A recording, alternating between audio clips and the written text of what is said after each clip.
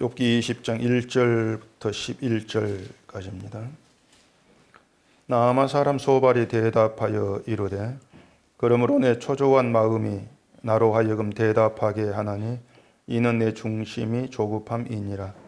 내가 나를 부끄럽게 하는 책망을 들었으므로 나의 슬기로운 마음이 나로 하여금 대답하게 하는구나.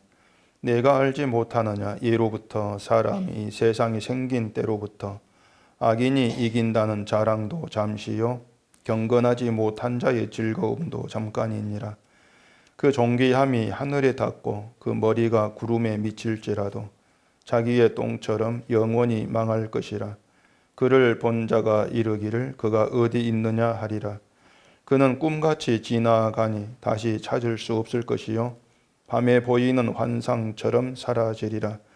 그를 본 눈이 다시 그를 보지 못할 것이요 그의 처소도 다시 그를 보지 못할 것이며 그의 아들들은 가난한 자에게 은혜를 구하겠고 그도 얻은 재물을 자기 손으로 도로 줄 것이며 그의 기골이 청년같이 강장하나 그 기세가 그와 함께 흙에 누우리라. 아멘. 기도하겠습니다. 하나님 아버지, 저희가 하나님과 어떤 관계에서 이 세상에 존재하고 살아가는지를 말씀을 통해서 확인하게 하시옵시고 늘 하나님의 이끄심 속에 나아간 우리의 삶이 오니 우리에게 주어진 바 은혜가 무엇인가를 깊이 보게 하시옵소서. 예수님 이름으로 기도합니다. 아멘. 우리 인생을 주도하고 계시는 분은 당연히 하나님이십니다. 우리가 그 사실을 믿든 안 믿든 받아들이든 받아들이지 않든 하나님은 우리 인생을 주도하시고 하나님의 그 뜻대로 우리를 데려가고 계시는 거죠. 하나님께서 인생을 주도하신다면은 우리는 내 인생에 대한 모든 것을 다 내려놓고 하나님께 맡기는 것이 바른 태도라 할 것입니다. 우리는 그렇게 못하죠. 하나님이 사랑이시고 또 신실하신 분이기 때문에 하나님께 내 인생을 맡기면 어떤 일에서도 안심할 수가 있다. 그런 말에는 우리가 이제 반대하지를 않으면서도 속으로는 인생을 좀 내가 주도했으면 그런 생각들을 하게 됩니다. 왜냐하면 우리는 살아가면서 늘 내 인생의 방향을 내가 원하는 쪽으로 좀 틀고 싶은 그런 욕망들이 항상 있죠. 하나님께서 우리 인생을 주도하신다면 그 방향은 예수 그리스도의 나라입니다. 그래서 신자라면은 예수 그리스도라는 방향으로 내 인생을 이끌어간다. 그걸 싫어하지를 않습니다. 근데 또 한편으로는 불만이 있는 거예요. 그게 뭐냐면 예수 그리스도를 향해서 가는 인생은 좋은데 가능하면은 좀 편한 길로 가고 싶고 또 가다가도 여기저기 좋은 데 있으면 들렀다가 놀고 싶다. 그런 욕구들이 있는 겁니다. 저기 가서 잠깐 놀고 또 저기 가서 좀 쉬고 또 즐기고 재밌게 살다가 목적지에 도착하고 싶은 그런 마음들이 있죠. 근데 이제 그런 우리 바람과는 다르게 마치 사마리아 사람이 갑자기 강도를 만난 것처럼 살아가다가 갑자기 강도 만난 일도 있고 넘어져서 코가 깨지기도 하고 피가 나기도 하고 아프기도 하고 그렇게 가는 것이 인생이더라는 겁니다. 소위 말하는 것처럼 어떤 불행하고 나쁜 일을 겪는 것도 있다고 하는 거죠. 근데 한 가지 분명한 것은 우리가 인생을 나에게 좋게 바꿀 수가 없다는 겁니다. 그건 분명한 사실이죠. 그래서 인생의 길에서 이유 없이 우리가 힘든 일을 겪게 되는 것이 있다. 그게 인정이 되셔야 됩니다. 우리가 살아가면서 정말 이유 없이 원하지도 않는 그런 힘든 일, 어려운 일, 고통스러운 일을 겪게 되는 것이 반드시 있다. 받아들여져야 되죠. 그렇게 인정하고 우리가 인생을 살아갈 때에 이제 중요한 것은, 자, 그렇게 이유 없이 또 내가 원하지도 않는 그런 힘든 일을 겪게 될 때에 그걸 이제 우리가 어떻게 해결해 갈 수가 있느냐, 자, 그런 점이 남아 있습니다. 그런 문제를 어떻게 해결할까? 그게 참 만만치 않은 문제입니다. 오전에도 신앙생활이라는 것에 대해서 말씀을 드렸지만은, 그 신앙생활이라고 하는 것은 말 그대로 신앙으로 사는 거죠. 신앙으로. 그러니까 우리의 삶 자체가 신앙 안에 들어있다, 그렇게 보시면 되는 겁니다. 신앙으로 사는 것이 신앙생활이라면은, 그 대개 기독교인들이 신앙생활에 대해서 오해하는 것이 뭔가가 이제 드러나게 되어집니다. 대개 보면은 신앙생활을 일상생활 속에서 기독교적인 어떤 실천을 하는 것을 신앙생활을 하는 것으로 그렇게 생각을 하거든요. 주일날 예배를 드린다거나, 또 뭐 성경 묵상을 또 아침에 한다거나, 또 매일 성경 읽고 기도한다거나, 자, 그렇게 이제 살아가는 것을 신앙생활 내가 하고 있다, 그게 열심히면 신앙생활 내가 잘하고 있다, 자, 그렇게 생각들을 많이 합니다. 근데 신앙생활을 그렇게 이해를 하게 되어지면은 우리의 생활이 신앙생활과 그냥 생활하는 것과 나눠지게 됩니다. 이율로나 돼버리는 것이죠. 내가 성경 보고 기도하고 있을 때는 신앙생활 하고 있다 생각이 되어지는데, 그냥 직장 가고 어떤 그냥 살 때에는 신앙생활을 한다는 생각이 별로 안 들죠. 그냥 뭐 일상생활 하고 있어, 그런 생각이 들기 쉽단 말입니다. 그래서 이 신앙생활은요, 어떤 특정 행동을 하느냐 안 하느냐 그걸 두고 얘기하는 게 아니에요. 당신이 하루에 성 몇 장 봅니까? 이걸 가지고 신앙생활을 뭐 판단하고 저울질하고, 그것이 아니고 예수 그리스도의 은혜를 내가 믿는 자로 그냥 살아가는 겁니다. 그게 신앙생활이에요. 나는 하나님의 은총 아래 삽니다. 그걸 믿음으로 사는 것이 신앙생활이에요. 그런 믿음만이 있을 때 우리가 뭐 어떤 일을 하든 신앙생활을 하고 있는 것이고 신앙 안에 있는 것이죠. 이런 신앙생활 속에서 이유 없이 힘든 일이 발생할 때가 있다는 겁니다. 그럴 때 이 문제가 해결되는 길이 어디에 있느냐 하면은요, 하나님의 은총으로 우리 마음이 확고하게 붙들리는 겁니다. 하나님의 은총에 내가 완전히 붙들려 매이는 거, 그게 해결의 길이다. 저는 그렇게 보고 싶습니다. 처음에는 이유 없이 찾아온 힘든 일이고 고난이었는데, 이제 하나님의 은총을 아는 것에 마음을 두게 되니까, 아, 이게 이유 없는 고난이 아니고 나를 하나님의 은총에 더 확고하게 붙들어 놓기 위한 하나님의 일이었구나, 뭔가 그렇게 다가와지게 될 수가 있는 거죠. 그렇게 우리가 하나님의 은총을 알게 되어져 가는 거, 하나님의 은총의 세계로 뭔가 한 발 한 발 들어간다는, 이제 그것이 인생을 살아가는데 지혜가 되는 거예요. 신자로 살아가는 인생에서 지혜다. 이것을 하나님이 욥의 고난을 통해서 우리에게 말씀하고 있다. 그렇게 욥기를 이해하면 될 겁니다. 그렇게 하나님의 은총에다가 이제 초점을 두고 은총이란 시각에서 욥을 보게 되어지면은 그 욥이 겪고 있는 그 고난의 의미를 우리가 알 수가 있는 거예요. 아, 이런 의미로 고난이 주어진 거구나 알 수가 있고, 또 욥이 말하는 하나님에 대한 얘기들, 그러한 얘기들을 우리가 이해할 수 있게 되어지는 것이죠. 근데 하나님의 은총에 우리가 초점을 두지 않고 처음부터 뭔가 이유가 있어, 이건 그런 고난으로 규정해 놓고, 그 이유도 하나님께 있지 않고 욥에게 있어, 이렇게 결론을 내리고 욥을 보면은 욥의 고난이나 어떤 하나님에 대한 욥의 말을 이해할 수 없게 돼버리는 겁니다. 그게 이제 욥의 그 친구들이었죠. 그래서 욥의 말은 자기 죄를 인정하지 않고 자기 정당함만 주장하고 이해서 하나님을 하는 얘기라는 궤변으로만 그렇게 들리기 십상이라는 거예요. 그렇기 때문에 욥에 대해서 비난을 이제 막 퍼붓게 되어지는 것이죠. 그런 점에서 보면은 이 욥의 친구들도요, 자기들 입장에서 지금 옳은 말을 하고 있는 겁니다. 그래 욥기는 자꾸 전에 말씀드린 것처럼 욥이 옳다 이걸 전제하고 보게 되어지면은요, 그 신앙 세계에 대해서 알고 있고 생각했던 기존의 모든 것들이 다 무너져 버리는, 그걸 경험할 수가 있는 거예요. 일단 무엇보다도 기존의 신앙 세계를 흔들어 버리는 그게 뭔가 하면은 완벽한 신앙 생활을 했음에도 불구하고 모든 걸 잃어버리는 그런 지향을 겪고 있다는 것. 이게 기존의 신앙 생활을 흔들어 버리는 겁니다. 기존의 신앙 생활에는 그게 없어요. 완벽한 신앙 생활을 했으면은 평생토록 대대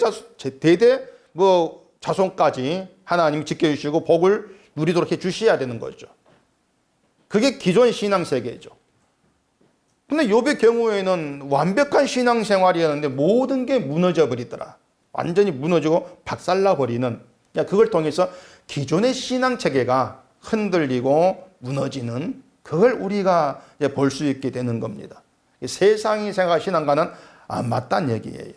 하나님을 경외하고 죄에서 떠난 삶을 살았음에도 불구하고 하나님 그런 욥을 지켜주지도 않고 오히려 고난 당하도 놔둬버리신다. 그게 이해가 안 되는 거죠. 그런데 이런 경우 이제 세상이 어떤 식으로 해결하는가 하면은 재앙 겪는 당사자에게 모든 문제가 있다, 그렇게 봐버리는 겁니다. 그래야만이 모든 상황이 말이 되어지거든요.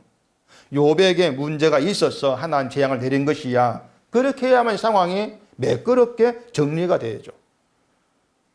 그것이 이제 인간을 중심으로 생각하는 세상의 신앙 체계가 되어지는 겁니다. 욥이 이제 그걸 인정하면 끝나는데 욥이 그것을 부인하게 되면서 욥의 세계하고 욥 친구의 세계하고 두 세계가 부딪히는 거예요. 충돌되는 것이죠. 이것이 이제 예수님이 세상에 오심으로 드러난 새로운 신앙 세계하고 유대인이 붙들고 있던 기존의 신앙 세계하고의 부딪힘의 하나였던 그 전초전이라 할까요? 그걸 미리 이제 욥기를 통해서 보게 하시는 거예요. 예수님 오셔가지고 부딪히지 않습니까? 예수님이 갖고 오신 새로운 신앙 세계하고 기존의 신앙 세계하고 부딪히는 거. 그게 욥의 그 충돌과 친구 충돌과 같은 거예요. 하나님이 욥에게 고난 주셔가지고 친구와 충돌 있게 하시고 그것으로 장차 예수님이 오셨을 때에 이 세상이 어떤 식으로 예수를 비난하면서 부딪힐 것인가, 그걸 보여주신다고 할 수가 있는 거죠. 이걸 우리가 좀 중요하게 생각하셔야 하는데 왜 그런가 하면은 그 욥과 친구들의 그 충돌, 또 예수님과 유대인의 그 충돌, 이것이 지금도 계속되어 있습니다. 계속 흘러오고 있죠, 충돌이.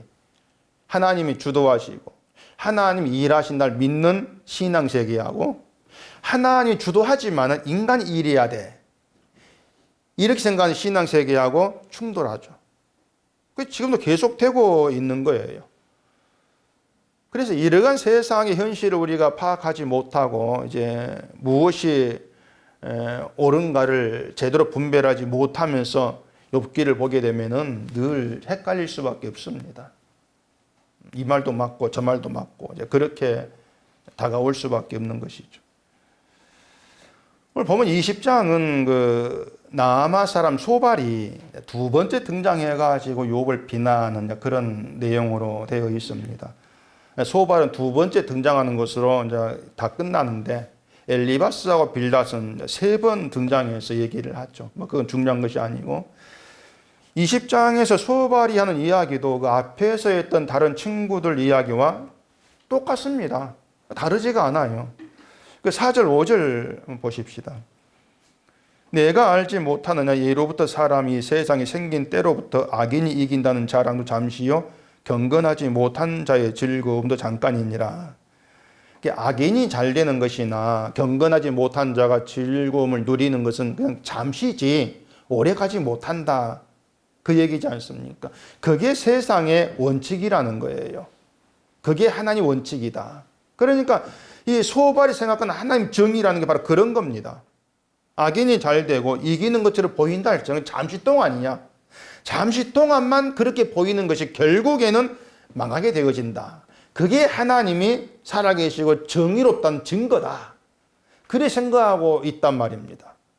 그런 하나님의 정의가 욥에게 지금 이루어졌다. 그렇게 보는 거예요. 욥이 재앙받기 전에 누렸던 부요를 이제 악인이 이기는 것으로 이렇게 이제 보는 것이죠.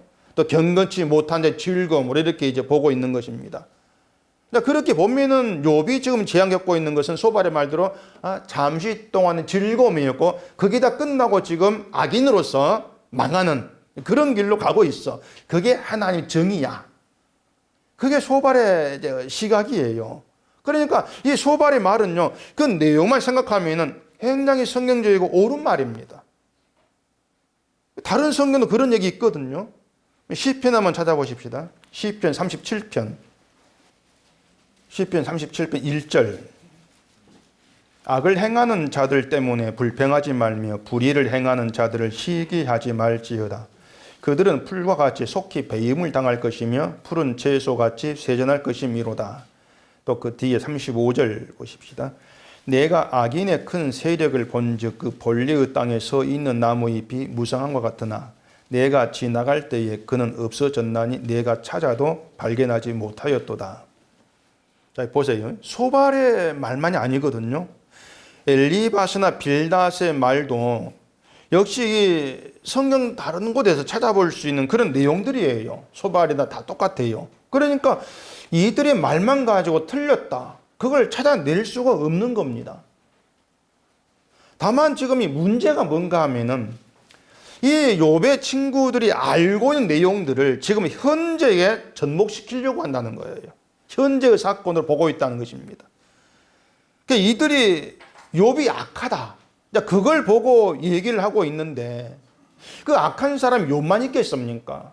그 시대에 많이 다른 사람, 악한 사람이 많이 있단 말이에요. 그러면은 그들도 욥처럼 똑같이 재앙을 받고 있는가 이걸 봐야 되겠죠. 현실에 접목시킨다면 악인을 망하게 하는 게 하나님의 원칙이고 일하심이고 그걸 욥에게 확인했다면은 욥 말고 다른 악인도 그런 재앙 받고 있는가? 그걸 확인하고 봐야 현실과 맞아 떨어진다는 얘기예요. 그 지금도 마찬가지입니다. 자, 소발의 말이나 또 시편의 말처럼 악인이 풀과 같이 속히 배임을 당한다. 이것이 현재에 지금 일어날 일을 가리킨다면은 이 세상은 날마다 막 소동이 일어나야 돼요. 악인이라고 할 수 있는 사람들은 날마다 죽어나가야 되죠. 막 망하고. 그러면 세상이 얼마나 시끄럽겠습니까? 근데 악인도 잘만 살고 있다는 걸 생각하면은 이 악인에 대한 이야기는 지금 현실이 그럴 것이다. 그걸 얘기하고 있는 것은 아닌 겁니다. 사실 소발의 말처럼 악인의 자랑이 잠시 동안이다. 이게 현재의 삶에 그대로 시행이 된다면은 세상 질서가 뭔가 좀 바로 될 거라는 생각도 할 수가 있어요. 나쁜 놈들을 하나님께서 바로바로 처리해 버리면은 세상이 좀 나아지지 않겠습니까?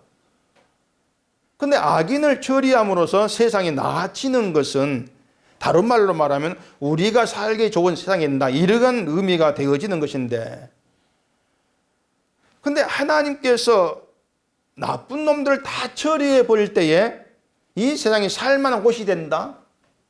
그것도 결국 우리의 생각이 되어지는 것이죠. 뭔가 하면은 자, 내가 살기 좋은 세상. 우린 이걸 생각하지만 하나님 보시기에 좋은 세상이라고 하는 것은 없다는 얘기예요.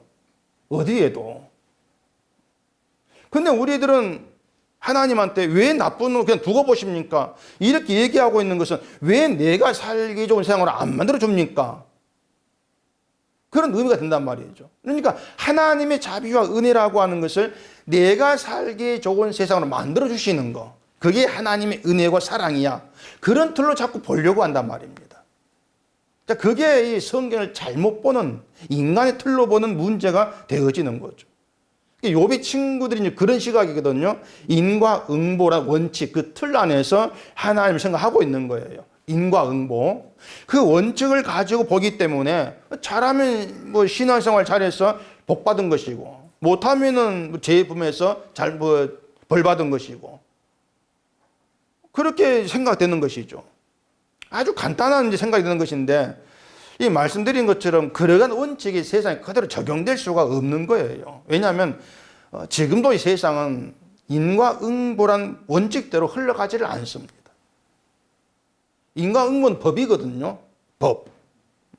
하나님께서 법대로 하신다면은 이 세상은 인과응보 원칙에 흘러가야 돼요. 법대로 하신다면은. 근데 하나님의 그 법 아래에서 살아남을 사람이 있겠냐고 하는 겁니다. 아무도 없죠. 법대로 하신다면은. 그러니까 하나님께서 법대로 하신다면, 정말 인과응보 원칙대로 일하신다면은 살아남을 자가 아무도 없는데 이 욥 친구들은 그걸 모르고 있는 겁니다. 자기들도 하나님 법 아래에서 살아날 수가 없다. 그걸 알지를 못하죠. 욥의 지향, 그것만 볼 줄 알지 자기에 대해 무지한 거, 그게 욥 친구들이었어요. 그리고 그것이 우리의 수준이라는 것도 우리가 좀 생각을 하셔야 합니다. 제가 성경 보면서 이 성경은 늘 우리 얘기라는 말씀을 드리는데 욥 친구들의 그 이야기가 그 수준이 있고 우리 이야기, 우리 수준이에요. 우리가 다른 사람의 허물만 보려고 하지 나에 대해서는 자꾸 어리석고 무지한 그런 티를 자꾸 내지 않습니까?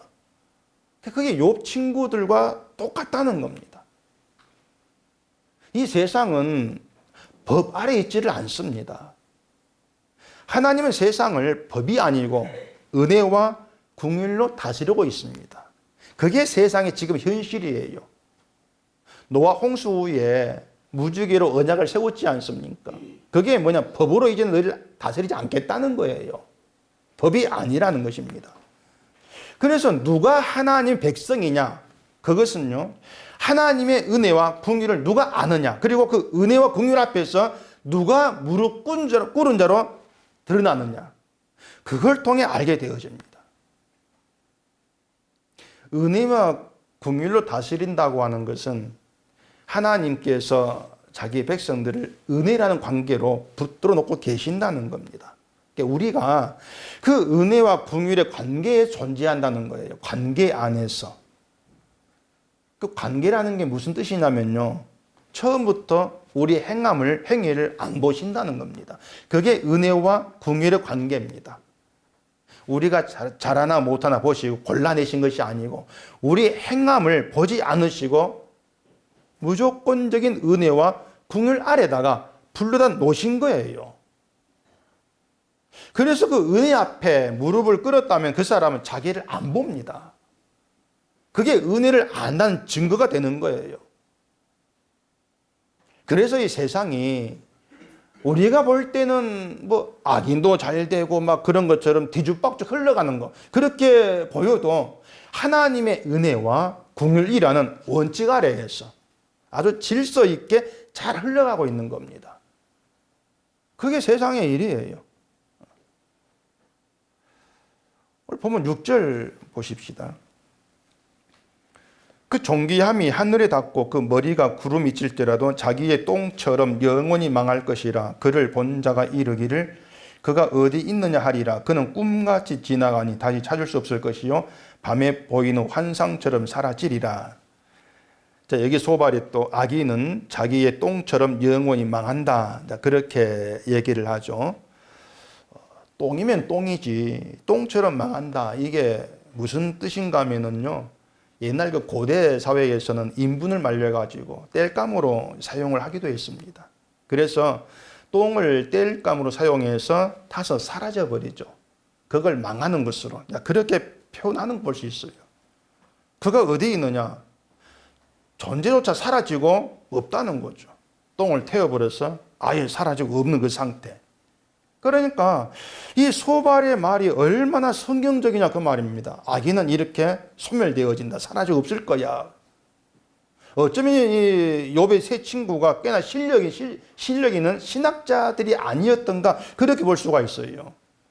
말하는 게 아주 신학의 전문가의 수준의 그 말이 나오잖아요. 근데 또 보면은 이 친구들 말은 제자리에서 비빙 도는 같은 그런 느낌이 또 준단 말입니다. 지금 욥은 자기 고난을 통해서 하나님에 대한 생각이 달라져 갑니다. 조금씩 더 앞으로 나아간다 할까요? 달라져 가요. 그런데 친구들은 달라지는 게 없습니다.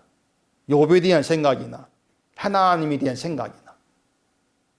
이 친구들 문제가 뭐냐는 거예요. 어떤 문제냐. 그래, 이 친구들의 문제를 우리가 볼 수 있다면은 우리가 살아가면서 드러내는 문제가 무언가에 대해서도 생각할 기회가 됩니다. 자, 악인의 존귀함이 하늘에 닿고 머리가 구름 미칠 정도로 높아진다 할지라도 결국에 자기 똥처럼 영원히 망한단 말이죠. 자, 성경적인 말이라 이렇게 말씀을 드렸는데 이 소발이 한 가지 생각하지 못한 게 있습니다. 이것은 이 소발 문제만이 아니고 엘리바스나 빌단 문제이기도 하고 말씀드린 것처럼 오늘 우리의 문제가 되기도 해요. 이 버릇처럼 말하면서 반면에 또 쉽게 수시로 잊고 살아가는 거, 그게 있단 말입니다. 자, 아까 말씀드렸는데 이 세상은 법이라고 하는 원칙으로 다스려지고 있는 것이 아니고 뭘 하겠습니까? 은혜와 긍휼로 다스려진다겠습니다. 하나님과 신자의 관계는 율법이 아니고 은혜와 긍휼로 관계되어 있습니다. 우리가 법 아래 있다면은 악인으로서 자기의 똥처럼 영원히 망하는 것, 아주 가치 없는 그런 존재로 망하는 것이 맞아요. 법 아래 있다면은 망할 수밖에 없죠.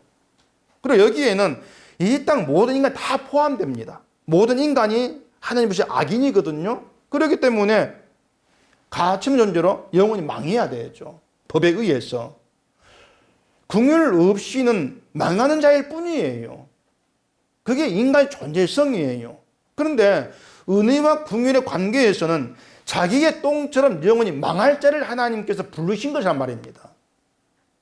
은혜와 긍휼에서는 그 영원히 망할 자를 부르시고 그 죄를 용서하시고 거룩한 자가 되게 하신 거예요. 그게 우리가 하나님의 은혜 관계 속에 누리고 있는 혜택이고 은총이란 얘기입니다. 은혜 관계에서 출발, 시작이 자기의 똥처럼 영원히 망할 자, 그렇게 시작하면 되는 것이죠. 때문에 신자라면은 영원히 망할 자를 불러주시고 거룩하게 하신 하나님의 긍휼로 마음이 향해야 합니다. 그게 은혜를 아는 신자예요. 그런 점에서 지금 소발은 하나님의 긍휼이라고 하는 새로운 원칙 안에서 세상을 보고 있는 것이 아닌 거예요. 그냥 법의 틀 안에서 보고 있을 뿐이란 얘기죠. 또 시편 한번 찾아보십시다. 시편 103편. 시편 103편 3절.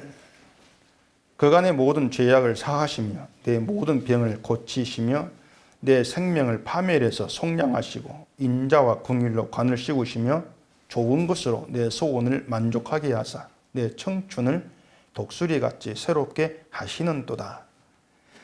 이것이 파멸에 있는 존재, 파멸에 있는 그 악인을 속량하시고 인자와 긍휼로 관을 씌웠다. 하나님의 은혜와 긍휼로 일하시는, 그걸 지금 얘기하지 않습니까? 그러니까 소발이 하나님의 인자하심과 긍휼을 받은 자고 또 그 인자와 긍휼로 내가 존재한다, 그걸 알고 있다면은 욥에게 자기의 똥으로 망한다 이런 말을 한다 할지라도 그런 너를 하나님께서 인자와 긍휼로 입히셨다, 너를 속량했다, 이 말이 나와야 한다는 거예요. 그럴 때 소발이 하나님의 긍휼을 아는 상한 심령으로 욥을 보고 있구나, 이렇게 얘기가 되어지는 것이죠. 근데 소발은 너 영원히 망해, 똥처럼 망해, 그걸로 끝이에요. 바로 이것이 소발은 하나님과 은혜와 긍휼이라는 법적 관계에 있다, 그 증거가 되어지는 거예요. 자기부터 법적 관계에 있기 때문에 욥의 이유 없는 고난을 이해를 못하는 거죠. 이해할 수가 없는 거예요. 하나님이 욥을 긍휼과 은혜 관계로 붙들어 놓기 위해서 고난을 이용하신다, 그 생각이 나와질 수가 없어요. 법적 관계에서는 가능하지가 않아요. 하나님 말씀을 지키면 그게 믿음이 있는 것이고 그게 은혜를 아는 것이고 그렇게 여겨버리고 법적 관계라는 얘기입니다. 그러니까 지금의 교회를 보면 알 수가 있는 거예요. 뭐든 열심히 하면 저건 믿음이 있어, 저 은혜를 받았어, 은혜를 알아, 그렇게 얘기하지 않습니까? 기도를 하건 뭐 헌금을 하건 열심히 하면 믿음이 있다. 그렇게 봐버리거든요. 믿음이 있다 보니까 하나님이 사랑하고 은혜를 받았고 다 인정해 줘 버립니다. 그게 법적 관계라고 하는 거예요. 그런 저희 오면은 지금의 교회에는 스스로 긍휼과 은혜를 차버리고 하나님과 늘 법적 관계에 있는 걸 더 좋아한단 말입니다. 그게 지금 실상이에요. 인간을 알지를 못하면 그럴 수밖에 없는 거예요. 자, 보세요. 은혜와 긍휼 관계에서 인간은요, 죄만 행하는 것이고 아무것도 할 수 없는 무능한 자입니다. 그게 은혜 안에 들어간 인간의 모습이에요. 그렇기 때문에 인간은 멸망의 자리에 있는 존재죠. 근데 그런 인간을 하나님께서 은혜와 긍휼을 입혀서 건져내신다. 그렇기 때문에 은혜와 긍휼 앞에서는 인간은 하나님께 복받을 만한 의로운 게 전혀 없다. 이렇게 되어지지 않습니까? 그래서 은혜 안에서는 뭐 내가 행해서 복을 받는다거나 상을 받는 이게 없는 거예요. 근데 교인들이 이걸 싫어한단 말입니다. 그게 싫다는 거예요. 그래서 한 것만큼, 내가 한 것만큼 하나님 복 주고 상 주고 그렇게 돼야 뭔가 할 맛이 난다. 그렇게 나오는 겁니다. 근데 아무것도 없다고 하면 뭔가 내가 행할 동기부여가 안 되지 않느냐. 그렇게 생각을 하죠. 그래서 입으로는 뭐 은혜, 긍휼을 얘기하면서도 본심으로는 법적 관계에 머물고 싶어 하는 거예요. 한 것만큼 내가 복 받는 거, 상 받는 거. 그걸 더 좋아하더란 얘기입니다. 무슨 배짱인지 모르겠어요. 하나님과 법적 관계에서 내 한 것만큼 좀 주세요. 그것은요, 어린애가 뭐 축구에서 메시하고 골 넣기 시합하는 거 똑같아요. 그게 무슨 배짱으로 하나님과 법적 관계에 있고 싶어 하는 거예요. 하나님께서 인정하고 받아줄 만한 가치 있는 행함이 우리는 불가능한데, 나와질 수가 없는 것인데, 이게 무슨 생각으로 내 행함을 가지고 하나님과 상대하려고 하냐고 하는 거죠.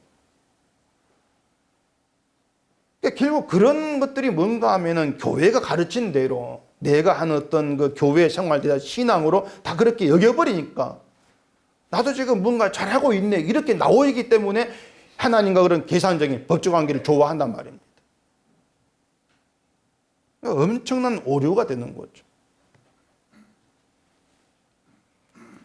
그래서 시편 53편 보면 이렇게 얘기합니다. 1절부터 보면은 어리석은 자는 그의 마음에 이르기를 하나님이 없다도다. 그들은 부패하며 가증한 악을 행하며 선을 행하는 자가 없도다.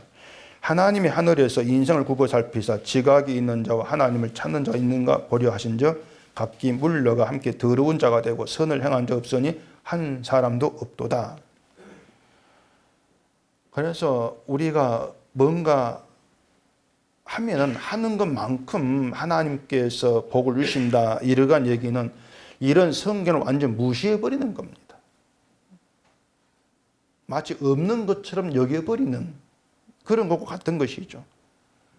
하나님 마음에 들만한 사람은 없어요. 아무도 하나님 마음에 들지를 않습니다. 김수환, 추기경도 대리사 소녀도 하나님 마음에 안 들어요. 근데 성경에 하나님 마음에 맞다고 한 사람 딱 한 사람 등장하죠. 누굽니까? 다윗이죠. 사도행전 13장에 그 나옵니다. 13장 21절. 그 후에 그들이 왕을 구하거늘 하나님이 베냐민 지파 사람 기스의 아들 사울을 40년간 주셨다가 패하시고 다윗을 왕으로 세우시고 증언하여 이르시되 내가 이새의 아들 다윗을 만나니 내 마음에 맞는 사람이라 내 뜻을 다 이루리라 하시더니 하나님이 약속하신 대로 이 사람 후손에서 이스라엘을 위하여 구주를 세우셨으니 곧 예수라. 하나님이 다윗을 마음에 맞다 이렇게 하신 것은 다윗의 행위 때문이 아니지 않습니까? 다윗 행위가 하나님 마음에 맞을 리가 없어요. 바세바 동침하고 남편 우리알 죽이고 그런 게 하나님께 맞을 리가 없죠. 그런 다윗이 하나님 마음 맞았다는 얘기는 하나님께서 다윗의 그런 행위를 보지를 않으셨다는 것입니다. 그러니까 하나님께서 보시는 기준은요, 일을 얼마나 많이 했느냐, 네가 착한 일 많이 했느냐 이것이 아니고 하나님의 은혜와 긍휼을 알고 네가 회개했느냐 그겁니다. 회개했느냐. 다윗은 하나님의 은혜와 긍휼을 입고 회개한 왕이죠. 자기 죄에 악행에 대해서 나단 책망을 받고 회개한 사람이 다윗이지 않습니까? 그러니까 우리가 그런 다윗으로 바뀌어져야 돼요. 우리의 심령이. 하나님 우리를 법이 아니라 은혜와 긍휼의 기준으로 우리를 보신 것처럼 우리도 세상을 우리가 받은 새로운 기준, 은혜라는 것, 긍휼이라는 것, 그 기준으로 볼 수 있어야 돼요. 그것이 우리가 함께하는 교회에서 나타나줘야 되죠. 우리가 모일 때도 그거래요. 소발의 다른 친구들처럼 법적인 시각, 그렇게 보게 되어지면 비난이 나와지죠. 늘. 저건 뭔가 잘못된 것 했을 때 그 비난이 되고 그렇게 되어질 수밖에 없는 거예요. 근데 내가 입은 게 은혜와 긍휼이다. 그걸 안다면은 은혜와 긍휼이라고 하는 새로운 시각에서 만나고 볼 수 있어야 되는 것이죠. 그럴 때 은혜와 긍휼에서는 하나님의 용서만 있는 거예요.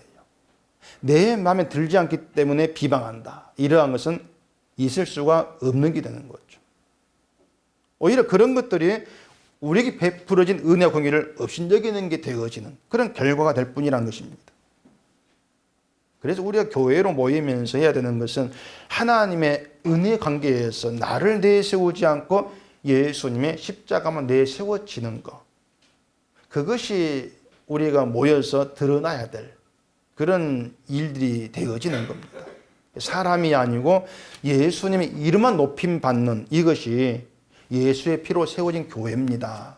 그렇게 보여주는 것. 그게 우리의 할 일이에요.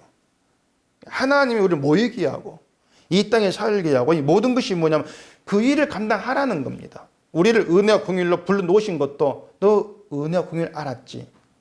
그 시각에서 살아가면서 예수의 피로 세워진 교회가 어떤 것인가를 네가 감당해라. 그걸 전하고 나타내라. 그게 우리 할 일이에요. 그래서 이 법적인 시각이라는 것은 거두어져야 되고요.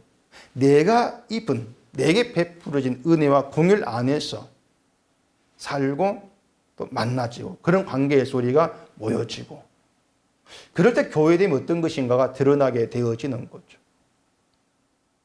그래서 이 소바 다른 친구들의 그 비방, 그 비난 그 속에서 우리가 뭘 놓칠 때, 뭘 잊어버릴 때 나에게서 그런 판단과 비난과 비방이 나와지게 될까? 그걸 깊이 염두에 두셔야 합니다.